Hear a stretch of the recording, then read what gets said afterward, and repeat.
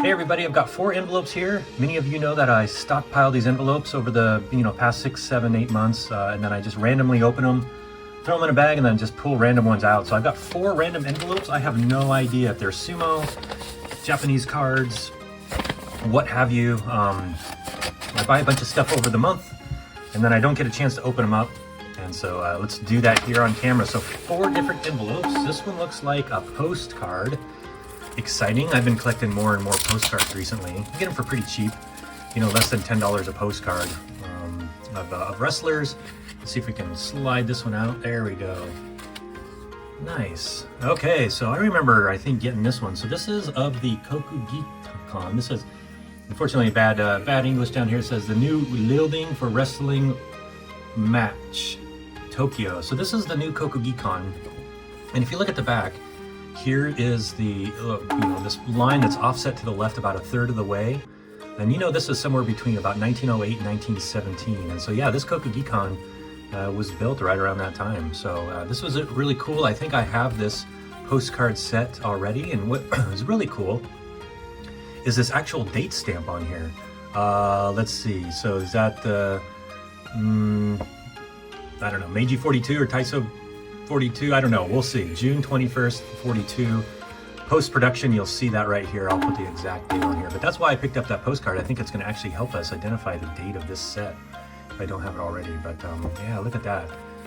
Kokugikan. Now, that location is still there. If you go, but what they did is they actually have on the ground an outline of where the dohyo was. It's in between a new building right there. So if you ever get to the Kokugikan, just go to the south a little bit, and you'll find this location. That's very cool. All right, let's put that over there. Postcard number 1. Let's see what else I get. Well, this does not seem like a postcard. It's down here. Let's see what we get. Okay, bunch of cards probably. Let's see if I can open this up quickly on camera. Otherwise, I might have to fast forward it so you aren't just sitting here watching me. Oh, okay, here we go. Wow. Let's kind of tear this open. Nice. All right, so we got some R series Menko here from the 1950s. I must have picked it up for something else because I've got all of these. I know I did. Let's see what we get in here. Probably picked them up for some of these M series. Looks like. Well, let's just cut this end off right here and slide them out.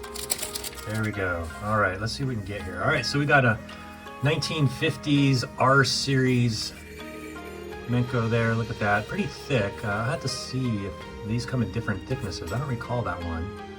But the Kotonishiki Maegashira. Okay, look at that. It's probably going to be up for grabs if anybody wants them. So let's take a look here. Yeah, I think I picked it up for some of these moon backs. All right, here's a Nazo. This is a kind of a generic front there. Got that, but I must have picked it up for these moonbacks. These are pretty hard to find. These are from the early 1950s. I'll put the exact date and the set name here at post-production right here. Tokitsuyama, look at that. Komusubi, great. I don't know if I've got that one cataloged, but look at the condition. These have not been played with at all. Let me kind of push those over. Yeah, these are amazing condition. Yeah, so normally you'll see them beat up because kids use these to play games. The Menko game. Mitsuneyama Sekiwake. Naya Roiwa. I think he's probably an Ozeki. No, I guess Komusubi at that time. He was an Ozeki, and I think he was dropping in the ranks in the early 50s. Kagami Sato, he's an Ozeki. Look at that, yeah. This was right before he hit Yokozuna, so Kagami Sato. It's kind of a rare back, yeah. I'm not sure what card I picked it up for. Azuma Fuji, he went on to become a pro wrestler. Well, actually, different there. Azuma Fuji. Okay, Nayaro Iwa, Maegashira, yeah, so this is getting a little bit mid-50s in that set. Oichiyama, Sekiwake, and Shimizugawa there, Komusubi. Okay, so I picked it up, I can't remember, for one of these. Nice M series set, and I'll put the set name and the year here, but I must not have had one of those. Trying to fill in the set hole there.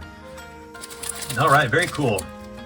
So we got postcard from the 1912 era, and then we've got M and R series Menko from the 50s. All right, we've got another postcard here.